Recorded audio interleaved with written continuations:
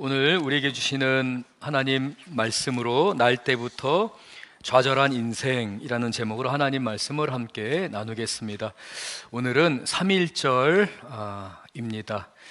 우리 장로님 기도해 주신 것처럼 나라와 민족을 위해서 자신의 목숨을 포기하신 우리 귀한 우리 선조들을 생각하면서 오늘을 살아가는 우리 한국교회 우리가 좀 되돌아봐야 하는데요. 우리 교회가 이러한 그 역사의 흐름 가운데서 역사적 사명을 좀 감당하길 원합니다. 그러기 위해서는 교회가 말씀과 기도 위에 든든히 서가야 하고 또한 서로 사랑하는 공동체가 되어야 합니다. 우리 전후 좌우에 계신 우리 교우들을 바라보면서 사랑합니다, 축복합니다. 좀 함께 인사 나누시겠습니다. 네. 전후 좌우에 계신 분들이 함께 잘 살펴보시면 좋겠습니다. 쑥스러워서 계신 분 안 계시죠? 네, 모두 사랑하고 축복합니다. 특별히 온라인으로 예배할 수밖에 없는 우리 교우들이 있습니다. 우리 교우들도 이 시간 사랑하고 축복합니다. 오늘 우리가 읽은 요한복음 9장의 사건은 유대인의 명절 가운데의 큰 명절인 장막절, 초막절로도 부릅니다.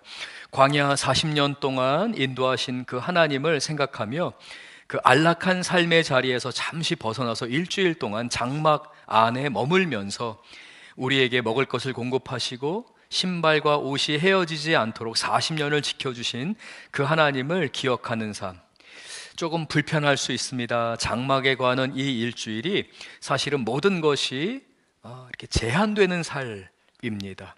그러나 그 장막절을 통해서 유대인들은 하나님 앞에 우리의 정체성이 무엇인지, 우리가 어떻게 살아야 되는지에 대해서 그 자녀들에게 교육시킬 수 있었던 굉장히 좋은 축복의 시간입니다. 오늘날로 치면은 수련회일 수도 있고요, 또는 하루 기도회일 수도 있습니다. 2주간의 특별 새벽 기도회일 수도 있습니다.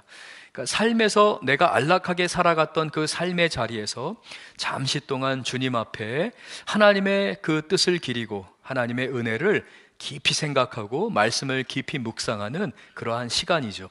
이 초막절, 이 장막절의 기간에는 유대인들에게 상징적인 아주 중요한 두 가지 기념하는 것이 있습니다. 첫 번째는 물입니다.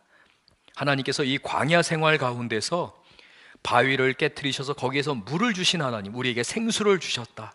하나님 우리를 인도하신다라는 것이죠. 그리고 광야에서 아주 중요한 게 바로 이정표입니다.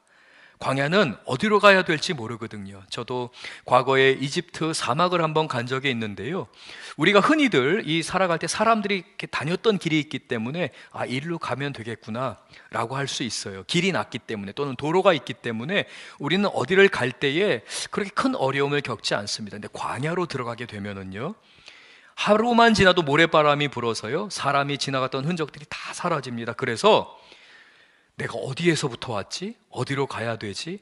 알 수 없는 곳이 광야입니다. 그런데 이 광야에서 유일하게 내가 어디로 갈 수 있는지 알 수 있는 것이 바로 빛입니다.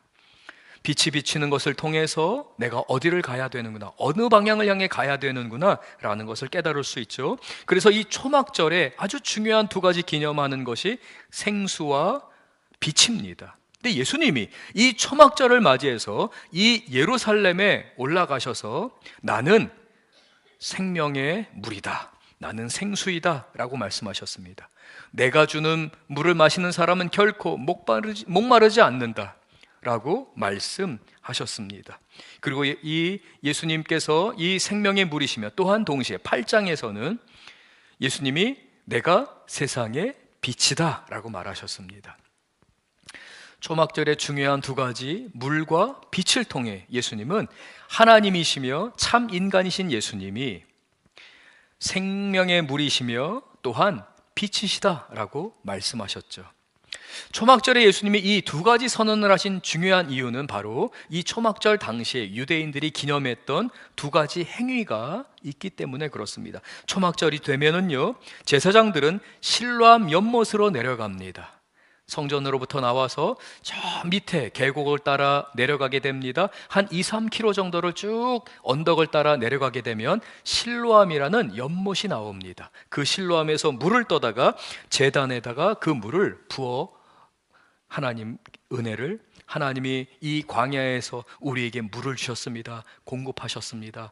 기념하는 행사를 하게 됩니다. 두 번째 행사는 성전뜰에 거대한 등불을 세우게 됩니다. 그리고 성전의 모든 등불에 불을 밝혀서 24시간 동안 그 등불이 타오르게 합니다. 일주일 동안 그 성전의 그 큰 기둥에 그 불이 타오르면서 하나님은 광야 가운데 우리에게 빛이 되어주셨습니다. 우리를 인도해 주셨습니다. 라는 예식을 하게 되는 것이죠. 바로 이 초막절에 예수님이 내가 바로 너희들의 생수이며 너희들의 빛이다, 세상의 빛이다 라고 선포하셨습니다. 누구든지 목마르거든 내게 와서 마시라. 예수님이 영원한 생수라고 말씀하셨습니다. 나는 세상의 빛이니 나를 따르는 자는 이 빛 가운데 거하는 것이다 라고 말씀하셨습니다. 이 두 가지 말씀이 바로 오늘 본문을 통해 이 초막절이 지난, 그 명절이 지난 그 시점에 예수님이 의도적으로 나면서부터 맹인이 된 사람을 만나시면서 예수님이야말로 참된 생수이시며 예수님이 세상의 빛이심을 선언하고 있습니다. 3.1절을 맞이해서 우리는 이 본문을 통해 또한 우리 조국인 대한민국을 한번 그 역사를 되돌아보게 됩니다. 일제의 지배 가운데, 일제의 그러한 폭정과 억압 가운데서 조국의 현실은 칠흑과 같은 어둠이었습니다. 백성들은 그 모든 폭정을 견디는 가운데서 과연 어떻게 살아야 되는지에 대해서 늘 고민하고 시리에 빠지고 좌절하는 삶 가운데 있었습니다. 사랑하는 우리 귀한 성도님들, 나라를 잃은 절망과 그 일제의 억압 가운데서 우리 조국의 우리 조상들은 영적인 굶주림 가운데에 목말라 있었습니다. 어떻게 살아야 될지를 몰랐습니다. 그저 물 한 방울이 필요한, 영적으로 그 목마름을 해결해 줘야 되는 그 한 사람을 필요로 하고 있었습니다. 그때에 하나님께서는 1800년대 그 후반에, 그 19세기 말에 하나님께서 이 한반도에 복음을 전하셨습니다. 많은 순교자들과 많은 선교사들의 헌신을 통해 한국교회가 세워지게 되었습니다. 이 일제의 억압 가운데 있을 때에 우리나라의 기독교인의 비율이 1.5%였습니다.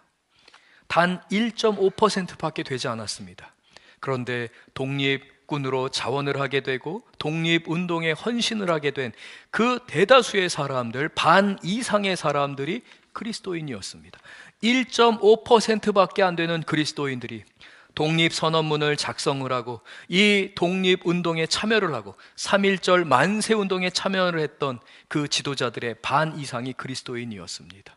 그리고 대부분의 교회가 바로 이러한 일 가운데 나아갔던 것, 그것은 바로 복음 가운데 예수님을 만나고 구원의 역사 가운데서 이 나라와 이 민족이 하나님 앞에 쓰임받아야 된다는, 하나님 앞에 위로받아야 된다는 사명감 가운데서 자신의 목숨을 아까워하지 않았던 우리 한국교회와 우리 믿음의 조상들이 있었습니다. 그러므로 우리는 생명의 물이 되신 예수님, 세상의 빛이 되신 예수님이 우리 한국교회를 통해서 지금까지 은혜를 베푸셨습니다. 그러나 최근 우리 교회는 사회적인 지탄을 받고 있는 게 사실입니다. 손가락질을 받고 있는 게 사실입니다. 그 책임은 바로 저와 우리 성도님들에게 있습니다. 우리가 예수님의 그 삶을 따라가야 함에도 불구하고 우리는 세상에 적당히 한 발을 내딛고 한 발은 교회 신앙생활 가운데 적당히 내디디면서 신앙생활을 하고 있지 않은지를 우리는 늘 되돌아봐야 합니다. 그러는 가운데서 우리 성도님들 앞에 또한 말씀드리는 것은 저야말로 가장 회개해야 되는 그 한 사람임을 고백하며 오늘 본문을 통해 우리가 왜 이 본문 말씀을 읽어야 하는지, 왜 우리가 이 본문을 통해 이 설교를 듣고 한국교회를 위해 기도하고 우리 조국 대한민국을 위해서 우리가 왜 기도하고 어떻게 기도해야 되는지에 대해 말씀을 살펴보고자 합니다. 저는 우리 성도님들과 함께 누가복음 9장 1절에서 12절 말씀을 통해 구원의 역사 가운데 이끄시는 그 하나님의 선한 손길을 세 가지를 통해 살펴볼 텐데요. 첫 번째는 정죄의 시선에서 은혜의 시선으로 전환해야 되는 것이 우리에게 필요하다는 것을 살펴볼 것입니다. 그러니까 우리에게 익숙한 우리의 경험을 통해 알고 있는 우리의 관점이나 세계관이 아니라 예수님의 관점에서 세상을 바라봐야 한다는 것을 살펴볼 것입니다. 두 번째로는 이 재창조의 역사, 창조주이신 우리 하나님, 삼위일체 하나님께서 역사하시는 가운데 우리 예수님께서 이러한 창조의 역사를 지금도 행하고 계시며 또한 우리에게는 그 창조의 역사 가운데 순종을 요구하신다는 것을 우리가 살펴볼 것입니다.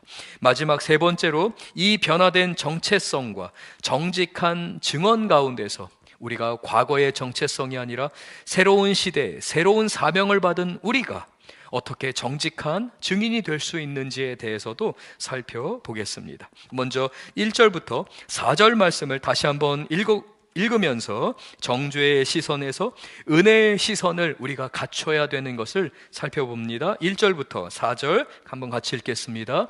예수께서 길을 가실 때에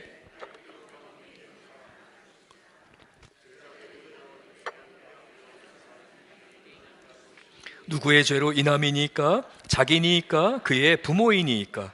예수께서 대답하시되 이 사람이나 그 부모의 죄로 인한 것이 아니라 그에게서 하나님이 하시는 일을 나타내고자 하심이라.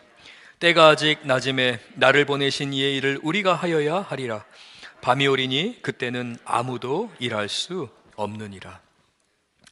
저는 이제 이 3월달 한 달 동안 4월 5일 부활주의를 바라보면서 우리가 매일 성경의 일정을 따라서 이 주일날 우리가 읽어야 하는 말씀을 통해 묵상하고 함께 말씀을 살펴보고자 하는데요.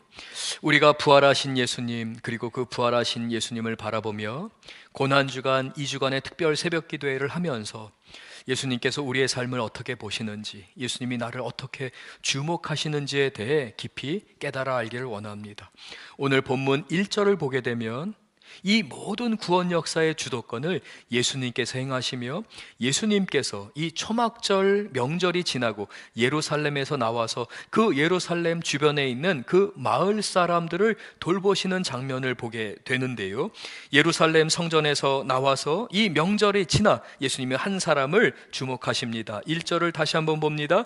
예수님께서 그 예루살렘 그 동네에 그 길을 가실 때에 날 때부터 맹인이 된 한 사람을 보셨습니다.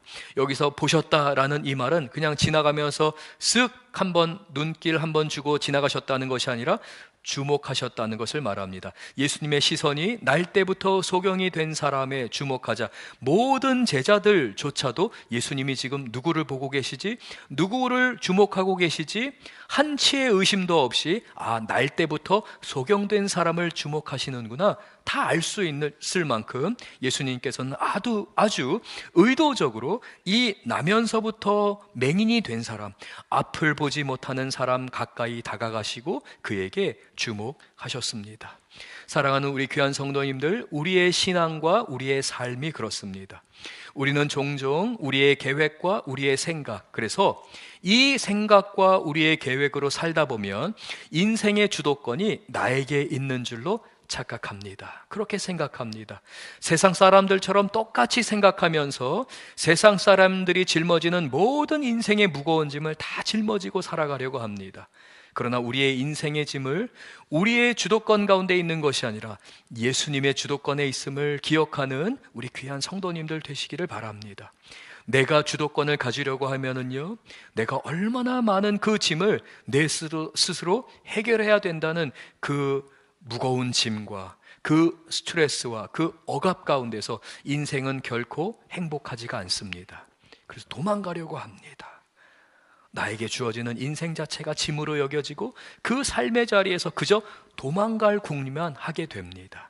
주도권이 나에게 있다고 생각하는 것은 결코 우리의 삶을 자유하게 만들지 않습니다. 이 말은 성실하게 살지 않아도 됩니다, 그런 말이 아닙니다.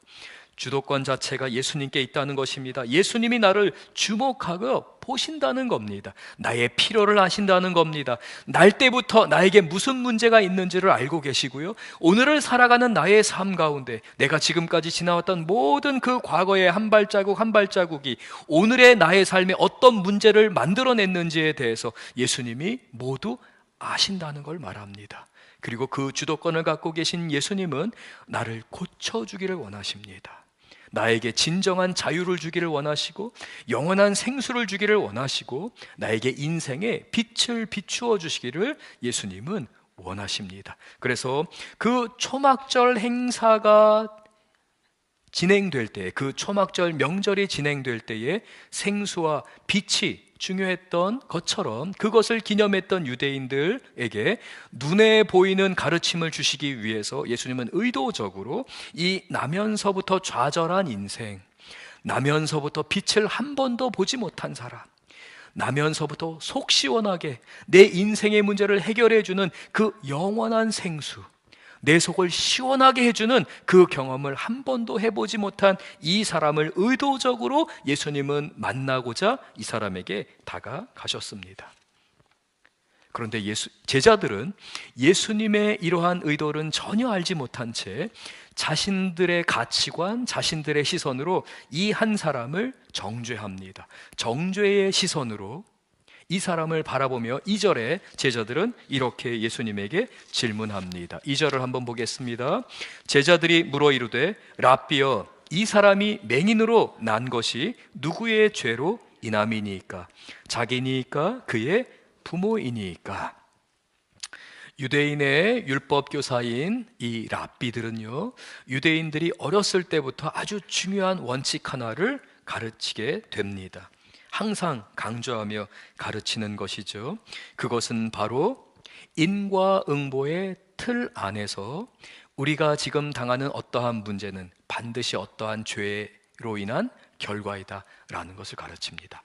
원인과 결과의 틀 안에서 인생을 살아가게 가르칩니다. 만약에 우리가 지금 고난을 당하고 있다면 뭔가 문제가 있기 때문이다. 율법을 어겼든지 어떤 죄가 있든지 무엇인가의 큰 실수를 범한 것이 있기 때문에 지금 겪는 어려움을 우리가 결과로 맞이하고 있는 것이다. 이걸 가르친 거죠. 그래서 제자들은 그 유대인들의 틀 안에서, 이 인과응보의 틀 가운데서 나면서부터 맹인이 된, 만약에 이 사람이 살아가다가 서서히 시력을 잃었다면, 아, 이 사람이 어떠한 인생의 문제가 있구나, 어떤 죄의 결과 때문에 이렇게 됐겠구나, 제자들은 그렇게 생각했겠죠. 그런데 나면서부터 맹인이 됐기 때문에 제자들은 자신들의 신학적인 관점으로 한 사람의 불행을 함부로 평가하고 있는 것입니다. 그 사람이 겪는 불행과 아픔을 마음으로 생각하지 못하고 그저 자신들이 갖고 있는 신학의 틀 안에서, 자신들이 갖고 있는 그 신앙의 틀 안에서 이 사람이 도대체 지금 이렇게 불행하게 사는 것은 부모의 죄 때문일까? 아니면 이 사람의 죄 때문일까? 라고 하며 한 사람을 정죄의 시선으로 바라보고 있습니다. 그러나 예수님의 시선은 전혀 그렇지 않습니다. 예수님은 그 제자들의 잘못된 시선을 고쳐주십니다. 3절 우리 같이 읽겠습니다. 예수께서 대답하시되 이 사람이나 그 부모의 죄로 인한 것이 아니다 라고 말씀하십니다. 너희들이 크게 오해하고 있다. 하나님의 나라는, 하나님의 선한 역사는, 하나님의 통치하심은 그 사람의 죄로 인해서 이런 일이 벌어진 것이 아니라 하나님이 무엇인가를 행하고자 할 때에 그 사람이 겪는 아픔이 있을 수 있다, 죄가 있을 수 있다라고 말하는 것입니다. 사랑하는 우리 귀한 성도님들, 저는 여기서 우리 성도님들께 한 가지 아주 중요한 진리를 반드시 점검해 드려야 할 것 같습니다. 우리는 살아가면서 우리가 죄를 지었기 때문에 우리가 또한 어떠한 잘못과 내 어떠한 욕심 때문에 오늘날 겪는 아픔이 있을 수가 있습니다. 제가 종종 우리 성도님들께 말씀드리지만 저는 우리 아이들이 어렸을 때에 잘 키우고 싶은 마음은 있었는데 제가 사랑이 부족했어요. 그것을 어떻게 풀어낼지를 몰랐어요. 그래서 그저 무섭게 했습니다. 아버지처럼 되지 말아야지, 우리 아버지처럼 하지 말아야지 라고 했는데, 저는 저희 아버지보다 더 혹독하게 저희 아이들에게 엄하게 했던 것을 보게 됩니다. 아이들에게 상처를 주었죠. 그것은 저의 실수이며 저의 잘못이며 저의 죄입니다. 분명히 어떠한 죄 때문에, 우리가 범했던 것 때문에 누군가에게 상처를 줄 수 있는 게 사실입니다. 그러나 이러한 죄악이 가득한 세상 가운데서 어떠한 불행과 어떠한 아픔과 어떠한 큰 좌절은요, 어떠한 죄로 인해서 나왔다기보다는 오늘의 본문에 있는 것처럼 하나님께서 어떠한 하나님의 일들을 이루시고자 그 일들을 행하신다는 것을 우리가 기억해야 할 줄로 믿습니다. 그래서 우리 그리스도인들은 이것을 스스로 분별할 수가 없습니다. 이게 죄 때문인지 아니면 하나님의 일로 이러한 일을 행하시는 건지, 우리는 그러한 것을 함부로 평가하거나 그 기준을 세우면서 이거는 내 죄 때문에 이렇게 됐구나, 이거는 죄와 상관없이 진짜 하나님이 어떤 일을 하시고자 이런 일을 하는구나 라고 하며 우리가 평가할 수가 없습니다. 그래서 우리는 날마다 나의 죄인지 아니면 하나님 나의 죄 때문인지 아니면 나의 실수 때문인지 아니면 이것이 하나님의 영광을 드러내기 위한 것인지 우리는 먼저 따지기 이전에 그저 주님 앞에 나아가서, 주님, 저의 실수, 저의 죄가 있다 할지라도 주님 불쌍히 여기시며 용서하여 주셔서 이 일로 인하여 오히려 하나님의 뜻이 이루어지게 하여 주옵소서. 주님, 제가 저의 과거의 죄에 대하여 책임을 회피하겠다는 것이 아닙니다. 하나님의 선하심에 의지하겠다는 것입니다. 하나님의 은혜의 그 역사가 너무 크기 때문에, 그 은혜의 강물은, 그 은혜의 바다는 제가 깊이 잠길 수 있을 만큼 깊고 넓기 때문에 주님 불쌍히 여기셔서 이 상처를 회복하게 하시고 하나님의 뜻이 이루어지게 하여 주옵소서. 우리가 기도하는 것이죠. 왜 그렇습니까? 우리 예수님은 은혜의 시선으로 우리를 보시기 때문에 그렇습니다. 우리는 종종 정죄의 시선으로, 인과응보의 관점에서, 원인과 결과의 관점에서 상대방을 대할 때가 있습니다. 자신에 대해서는 한없이 관대하면서 상대방을 대할 때는 잘못된 신학과 잘못된 신앙의 관점에서 그저 정죄하고 비난하기에 바쁜 것이 우리의 처지입니다. 우리의 모습이기도 합니다. 그러므로 사랑하는 우리 귀한 성도님들, 오늘 본문 말씀을 통해 우리는 예수님의 시선을 배워야 합니다. 예수님의 마음을 가져야 합니다. 남의 불행을 함부로 평가해서는 안 됩니다. 우리는 은혜의 시선으로 바라봐야 합니다. 하나님, 하나님의 역사를 이루어 주시옵소서. 하나님의 뜻이 이루어지게 하여 주셔서 오늘 흘리는 이 눈물과 땀이 기쁨으로 단을 거두는 은혜가 우리 집사님의 삶에, 우리 장로님, 권사님, 우리 성도님의 삶에 이루어지게 하여 주옵소서. 우리가 이러한 예수님의 시선을 배우는 우리 귀한 석천제일교회 성도님들 되실 줄로 믿습니다. 계속해서 이 은혜의 시선 가운데 예수님은 4절에 말씀하십니다. 나는 지금 일한다. 교회는 깨어 있어야 한다. 교회는 일어나야 한다. 반드시 일할 수 없는 그때가 온다. 지치고 힘들지만, 괴로움 가운데 있을 수 있지만 지금 하나님의 일에 순종해야 한다. 왜냐하면 우리에게는 언젠가 우리가 일할 수 없는 때가 오기 때문에 그렇습니다. 사랑하는 우리 귀한 성도님들, 제가 우리 성도님들 그리고 우리 목사님들과 함께 우리가 교육자 회의를 하면서 종종 우리 성도님들께 고백하고 싶은 부분이, 또 우리 목사님들, 우리 전도사님들에게 격려하고 싶은 부분이 있습니다. 목회자가 어느 순간 편안해지게 됩니다. 그러면 성도님들이 고생하고 있다는 거라고 저는 생각합니다. 목회자가 고생해야지, 목회자가 일해야지만, 목회자가 섬겨야지만 성도들이 안식할 수 있다고 생각합니다. 우리 귀한 성도님들 여러 모양 가운데서 신방이 필요하시고 또 하나님의 위로가 필요하신 줄로 믿습니다. 목사님 기도해 주세요. 목사님 신방해 주세요. 목사님 저를 도와주세요. 라고 하는 이야기를 정말 편안하게 할 수 있는 교회가 되었으면 좋겠습니다. 그리고 저희들의 입에서 제가 이렇게 바쁩니다. 제가 신병 스케줄이 이렇게 있습니다. 저 할 일이 많습니다. 행정적으로 이런 일들도 해야 합니다. 정말 말하고 싶지 않을 때가 있어요. 근데 어느 틈엔가 제가 그렇게 말을 하고 있는 저를 보게 됩니다. 신방을 가서도 다음 신방이 있습니다. 다음 일정이 있습니다. 이렇게 말하는 저를 보면서 이게 또 우리 성도님들께 괜히 목사님 신방 와주세요, 기도해 주세요, 목사님 이것 좀 살펴주세요 라고 하는 데에 항상 먼저 그렇게 말해요. 목사님 바쁘신 줄 아는데. 사랑하는 우리 귀한 성도님들, 예수님이 말씀하시는 거예요. 때가 아직 낮이다. 일할 수 없는 때는 반드시 온다. 지금 일해야 한다. 교회는, 목회자들은, 교회를 섬기는 중직자들은 하나님 앞에서 이 일을 감당해야 할 줄로 믿습니다. 그래서 저는 우리 성도님들께 감히 좀 부탁을 드리고 싶습니다. 저에게 때로는 가혹한 채찍질, 그러니까 실제적인 채찍질 말고요. 실제로 와서 허리띠를 풀러 이런 거 말고요. 저에게 영적으로 깨어 있을 수 있도록 그러한 채찍질을 좀 해주시기를 부탁을 드립니다. 계속해서 말씀을 봅니다. 교회는 예수님의 은혜의 시선으로 우리 주변에 있는 사람들의 아픔을 감싸주어야 합니다. 또한 나아가서 예수님께서는 거기에서 머무시는 것이 아니라 한 사람의 삶 가운데 놀라운 역사를, 기적의 역사를, 창조의 역사를 행하시는데요, 5절부터 7절 또 우리 같이 한번 읽겠습니다. 내가 세상에 있는 동안에는 세상의 빛이로다.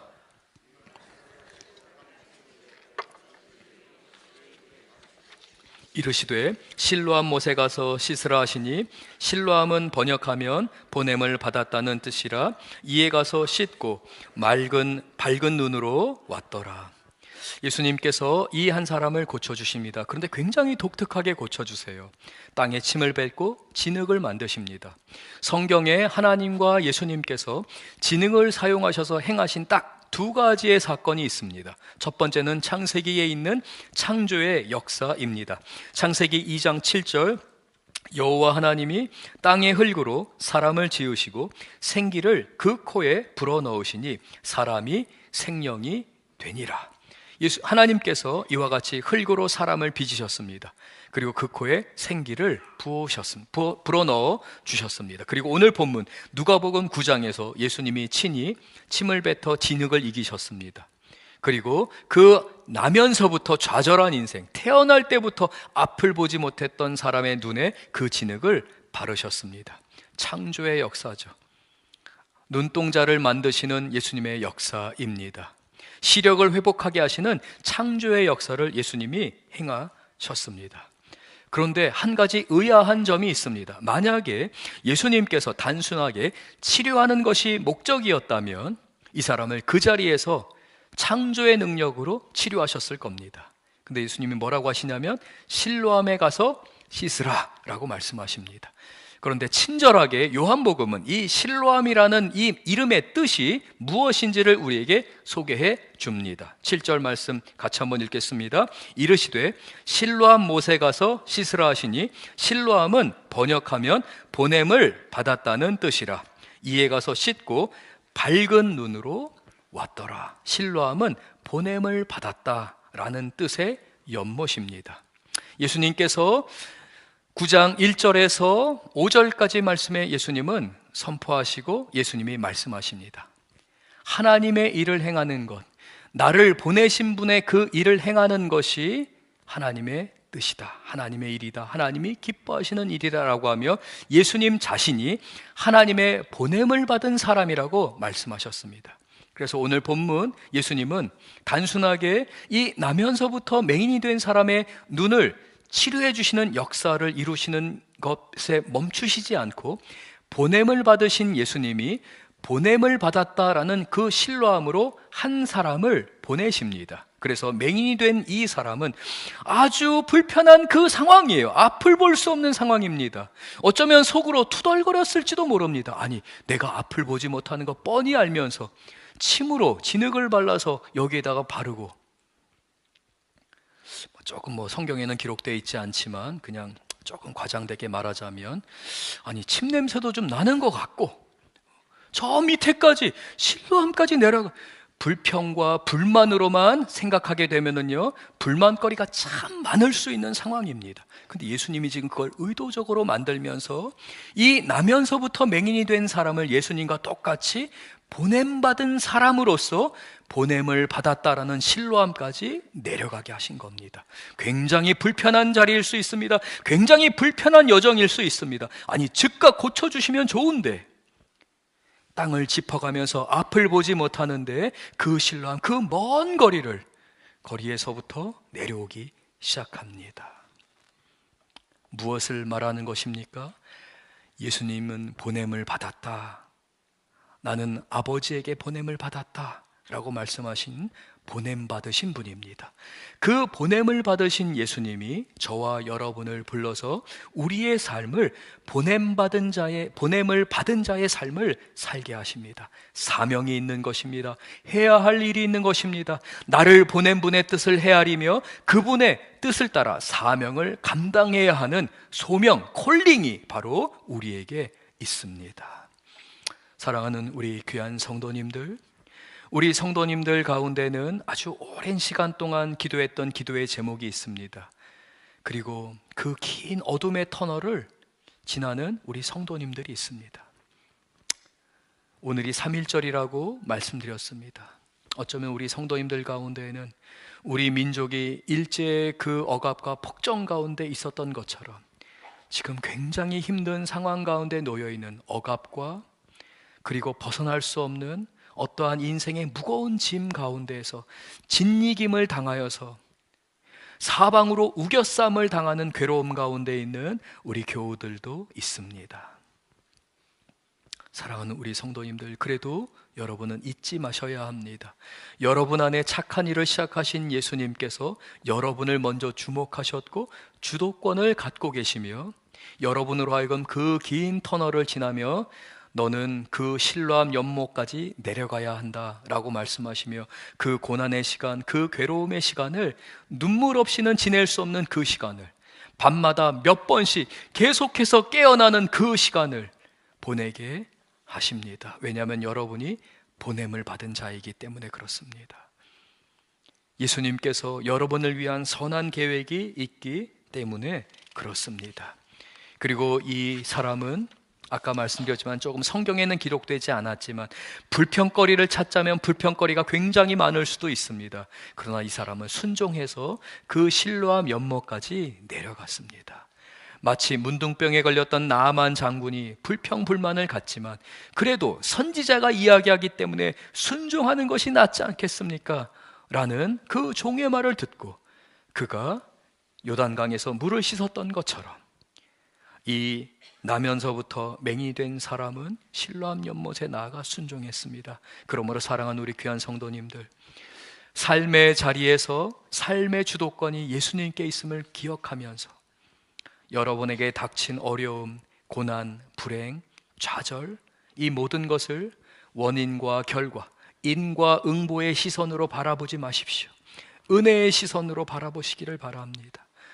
예수님이 여러분을 붙들고 계시기 때문에 그렇습니다. 계속해서 말씀을 살펴보며 우리는 변화된 정체성 가운데서 진정한 증인이 되어야 하는데요, 8절부터 12절의 말씀을 통해 한번 살펴보겠습니다.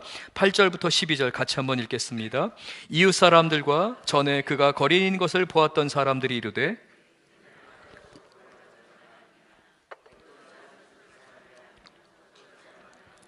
그와 비슷하다 하거늘 자기 말은 내가 그라하니 그들이 묻되 그러면 내 눈이 어떻게 떠졌느냐?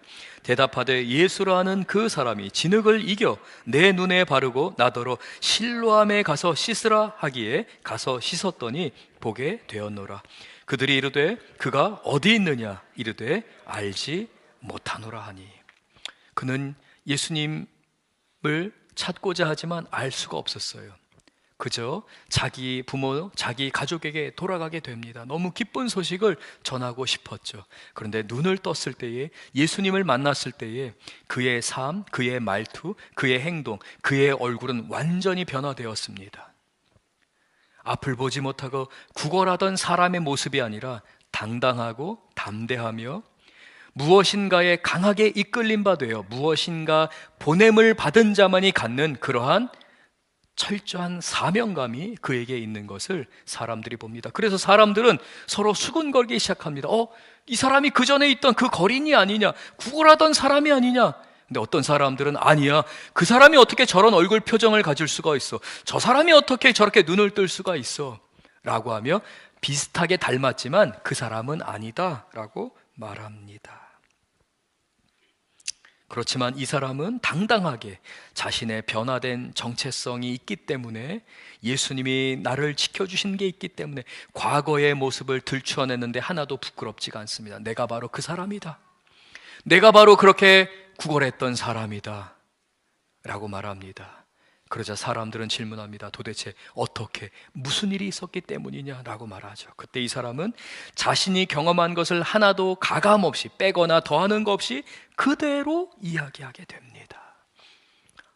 예수님을 만난 사람만이 경험할 수 있는 것, 내가 이렇게 기도했더니, 내가 이렇게 간구했더니 예수님이 나의 삶 가운데 이렇게 역사하셨다. 우리 성도님들이 삶의 자리에서 그렇게 고백하셔야 될 줄로 믿습니다. 우리 성도님들의 삶에서 이 복음의 역사가 이루어지기를 바랍니다. 복음은요, 설득으로 이루어지지 않습니다. 복음은 능력입니다. 복음을 전하는 그 증인이 먼저 경험했기 때문에 그렇습니다.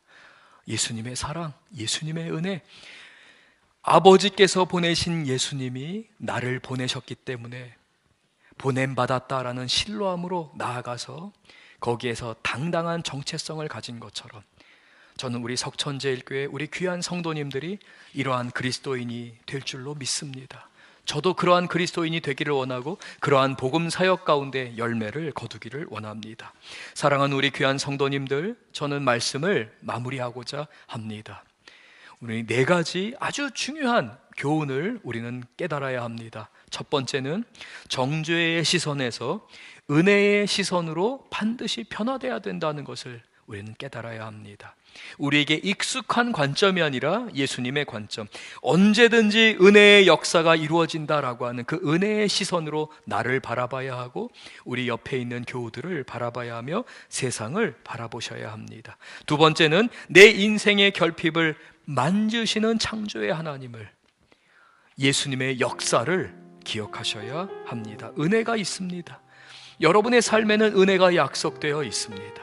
힘들고 어려운 시간에도 우리 성도님들은 창조의 역사 가운데서 선하게 일하시는 그 예수님의 손길이, 그 은혜가 여러분에게 약속되었음을 기억하셔야 합니다. 좌절하셔서는 안 됩니다. 용기를 내셔야 합니다. 책임을 가지셔야 합니다. 세 번째로는 신뢰함을 향한 순종의 발걸음을 걸어가셔야 합니다. 힘들더라도, 걷고 싶지 않더라도, 방에서 나오고 싶지 않더라도, 그저 이 집을 푹 뒤집어 쓰고 그냥 이대로 끝내버릴래 라고 하고 싶더라도 여러분 스스로를 이기셔야 합니다. 왜 그렇습니까? 신뢰한 못을 향해 나아가라고, 순종하라고 말씀하셨기 때문에 그렇습니다.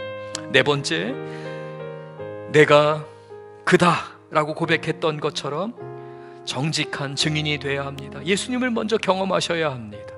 예수님을 인격적으로 만나고 하나님을 아는 지식 안에서 자라가는 우리 귀한 성도님들 되실 줄로 믿습니다. 우리 그리스도인들은 이 나라와 이 민족에 대한 책임이 있습니다. 우리 교회는요, 교회만 잘 되는 개토화된, 그저 우리들만 모이는 곳이 되어서는 안 됩니다. 세상 사람들에게 언제나 그들에게 감동을 줄 수 있는 사랑의 공동체가 되어야 합니다. 은혜의 공동체가 되어야 합니다. 그래서 예수님이, 하나님이 우리에게 상처받게 하시는 겁니다. 상처받은 사람만 상처 입은 치유자가 될 수 있기 때문에 그렇습니다.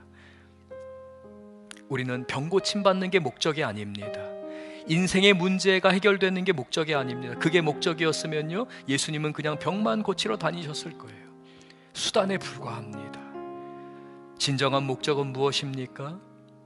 예수님을 만나는 것, 하나님의 부르심을 받는 것, 그래서 보냄받는 자가 되는 것이 목적입니다. 예수님은 이 시대에 많은 맹인들이 있었습니다.